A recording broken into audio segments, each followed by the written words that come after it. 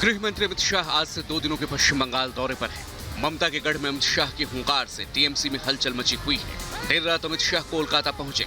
आज अमित शाह चुनाव तैयारियों का जायजा लेने और उन्हें और तेज करने की योजना बनाएंगे। गृह मंत्री अपने दौरे के पहले दिन पूर्वी मिदनापुर में एक किसान के घर दोपहर का भोजन कर अन्नदाताओं को संदेश देने की कोशिश करेंगे। इसके बाद गृह मंत्री रामकृष्ण मिशन और काली मंदिर के दर्शन करेंगे। रैली के साथ ही कार्यक्रम में स्वतंत्रता सेनानी खुदीराम बोस को माला भी पहनाएंगे। अमित शाह अपने दौरे के दूसरे दिन बोलपुर जिले में एक लोक संगीतकार के घर में खाना खाने के बाद विश्व भारती यूनिवर्सिटी का भी दौरा करेंगे। फिर भव्य रोड शो कर ममता बनर्जी को बीजेपी की बंगाल में बढ़ती ताकत का एहसास कराएंगे। शाह की मौजूदगी में कई टीएमसी नेता बीजेपी का दामन थामेंगे। बीजेपी पहले ही बंगाल में 200+ का नारा दे चुकी है। बंगाल में ममता बनर्जी से अपने ही नेताओं का मोह भंग हो रहा है। राज्य में विधानसभा चुनाव से पहले तृणमूल कांग्रेस में भगदड़ मची है।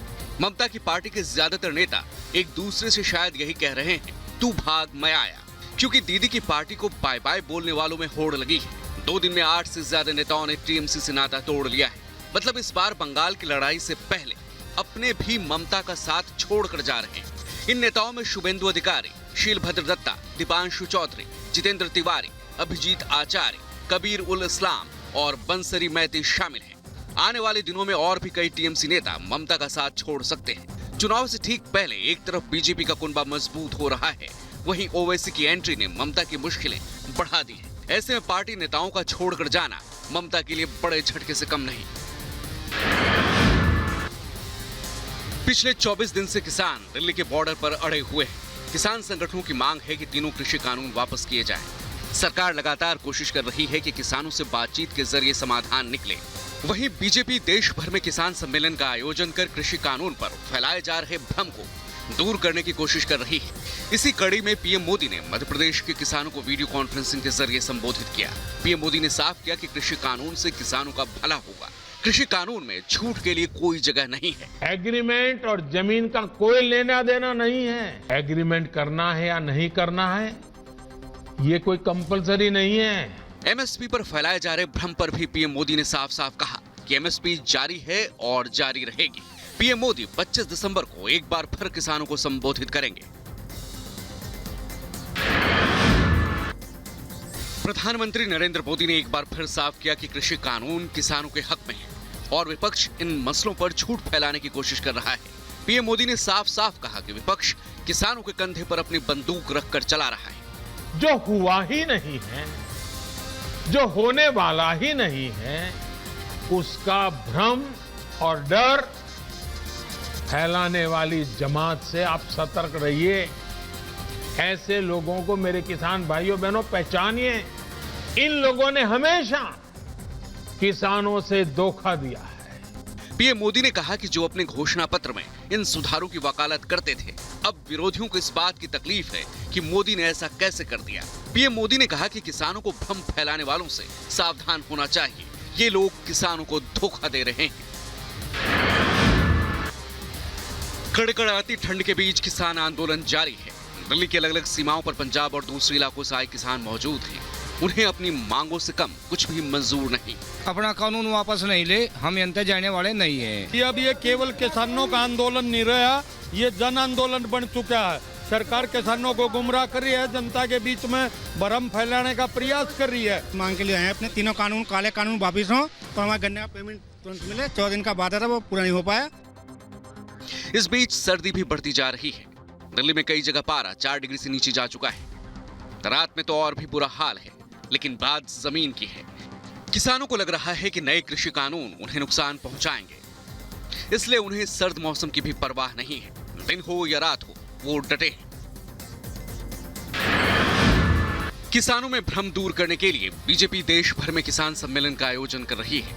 बीजेपी के नेता कृषि कानून के फायदे गिना रहे हैं, साथ ही विपक्ष पर हमला भी बोल रहे हैं। इस मंच से पश्चिमी उत्तर प्रदेश और विशेषतः मेरठ क्षेत्र के किसानों के प्रति आभार व्यक्त किया कि उन्होंने नरेंद्र मोदी जी के नेतृत्व में पारित होने वाले इन बिलों का समर्थन किया है।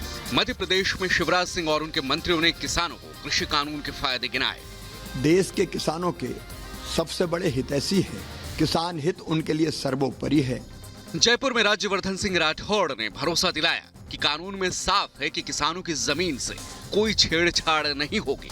कानून के अंदर स्पष्ट लिखा हुआ है कि कैसी भी डील हो, कैसा भी कॉन्ट्रैक्ट हो, उसके अंदर जमीन शामिल हो ही नहीं सकती, पहले से लिखा हुआ है। सवाल है कि क्या बीजेपी के समझाने से किसानों का भ्रम दूर होगा?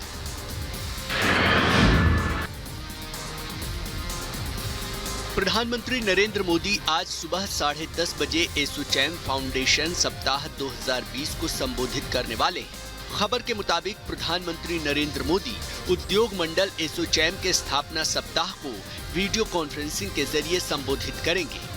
प्रधानमंत्री कार्यालय की तरफ से जारी बयान के मुताबिक प्रधानमंत्री इस मौके पर रतन टाटा को ASSOCHAM enterprise of the century award भी प्रदान करेंगे। वो टाटा समूह की ओर से ये अवार्ड लेंगे। आपको बता दें कि एसोचैम की स्थापना देश के सभी क्षेत्रों के प्रवर्तक चैम्बरों ने सन 1920 में की थी। इसके तहत 400 से ज्यादा चैम्बर और व्यापार संघ आते हैं और देश भर में इसके सदस्यों की संख्या 4.5 लाख से ज्यादा है।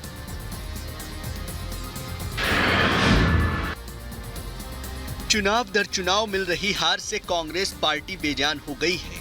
ऊपर से पार्टी में बढ़ते असंतोष, संगठन में बदलाव की मांग और अंतर कलह ने कांग्रेस की मुसीबत और बढ़ा दी। सूत्रों से मिली जानकारी के मुताबिक आज सुबह 10 बजे सोनिया गांधी के 10 जनपद स्थित आवास पर कांग्रेस के दिग्गज नेताओं की बैठक होगी। इसमें पार्टी के सभी बड़े नेता मौजूद रहेंगे। जानकारी के मुताबिक पूर्व प्रधानमंत्री doctor Manmohan Singh, A K. Antony, P. Chidambaram, Ghulam Nabi Azad, Shashi Tharoor और अशोक गहलोत समेत पार्टी के सभी दिग्गज नेता इस बैठक में शामिल होंगे। राहुल गांधी और प्रियंका गांधी भी मौजूद रहेंगे। बहरहाल अब नजर इस बात पर है कि बैठक में कांग्रेस के पुनरुद्धार और रोड मैप के लिए क्या खाका तैयार किया जाता है। एक तरफ एनसीबी बॉलीवुड में फैले ड्रग्स नेक्सस का सफाया करने में जुटी है। जांच में आए दिन बॉलीवुड के बड़े बड़े नाम सामने आते रहे हैं। दीपिका, सारा और श्रद्धा के बाद अब एनसीबी ने फिल्म निर्माता करण जौहर को नोटिस भेजा तो कांग्रेस इस पर भी सियासी दांव खेलने लगी। दरअसल कांग्रेस नेता सचिन सावंत ने फिल्म निर्माता करण जौहर को एनसीबी के भेजे गए नोटिस पर सवाल उठाए हैं। कांग्रेस नेता सचिन सावंत के मुताबिक ये महाराष्ट्र को बदनाम करने की साजिश है, क्योंकि जिस वायरल वीडियो की जांच के लिए करण जौहर को समन भेजा गया वो वीडियो 2019 का है और उस वक्त बीजेपी सत्ता में थी। सचिन सावंत ने यह सवाल किया है कि जब फडणवीस सरकार सत्ता में थी तो एनसीबी ने करण जौहर की पार्टी की जांच क्यों नहीं की। यूपी के हाथरस केस की जांच कर रही सीबीआई टीम ने चार्जशीट तैयार कर ली है। सीबीआई की जांच में इस मामले को रेप और हत्या का केस बताया गया है। कांग्रेस महासचिव प्रियंका गांधी ने ट्वीट में लिखा, एक तरफ सरकार संरक्षित अन्याय था, दूसरी तरफ परिवार की न्याय की आस थी। पीड़िता का शव जबरदस्ती जला दिया गया। पीड़िता को बदनाम करने की कोशिश हुई, परिवार को धमकाया गया, लेकिन अंततः सत्य की जीत हुई। तो वहीं सपा नेता और यूपी के पूर्व सीएम अखिलेश यादव ने भी योगी सरकार पर निशाना साधा है।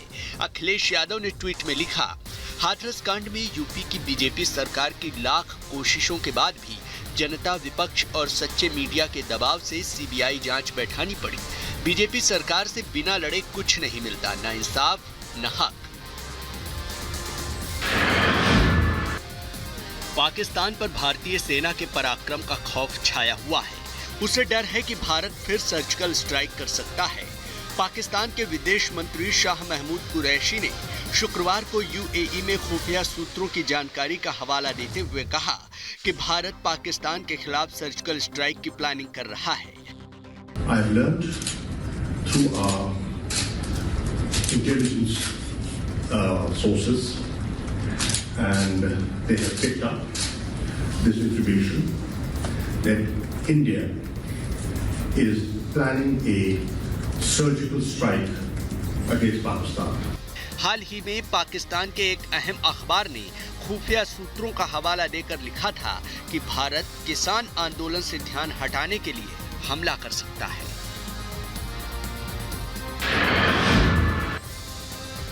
दुश्मनों पर नजर रखने के लिए भारतीय वायुसेना को 6 नए प्लेन मिलने वाले हैं, जो आसमान में वायुसेना की आंख बनेंगे।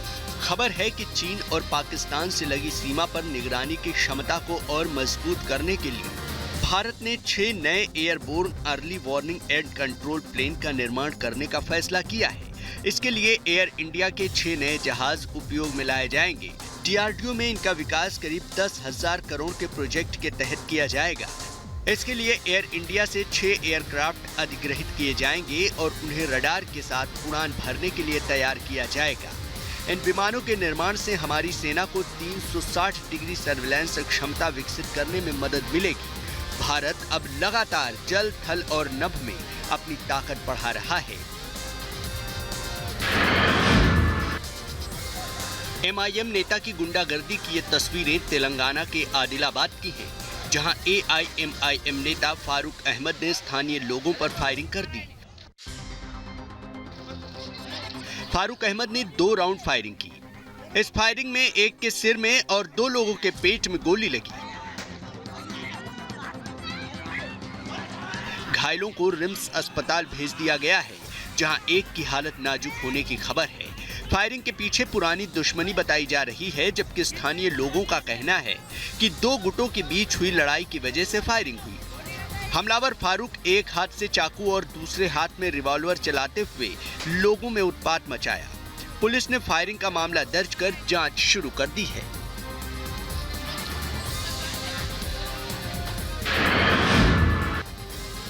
दिसंबर के महीने में देश की राजधानी दिल्ली समेत पूरा उत्तर भारत जहां हाड़ कपा देने वाली ठंड के आगोश में है, वहीं उत्तरी कश्मीर के गुरेज में सर्दी और बर्फबारी के बीच लोग इस बर्फबारी का मजा ले रहे हैं। बर्फ से ढकी पहाड़ियों के बीच क्रिकेट खेला जा रहा है। बर्फबारी के बीच क्रिकेट का यह नजारा उत्तरी कश्मीर के बांदीपोरा जिले का है। यहाँ गुरेज के मारकूट इलाके में विंटर स्पोर्ट्स का आयोजन किया गया है। स्थानीय लोगों की माने तो गुरेज घाटी विंटर स्पोर्ट्स के लिए सटीक है। बर्फ की मोटी चादर से ढकी घाटी में क्रिकेट खेलने का एक अलग ही रोमांच है। बात मैदानी इलाकों की करें तो दिल्ली समेत पूरे उत्तर भारत में सर्दी का सितम लगातार बढ़ता जा रहा है। मौसम विभाग की माने तो आने वाले दिनों में भी ठंड का प्रचंड रूप जारी रहेगा।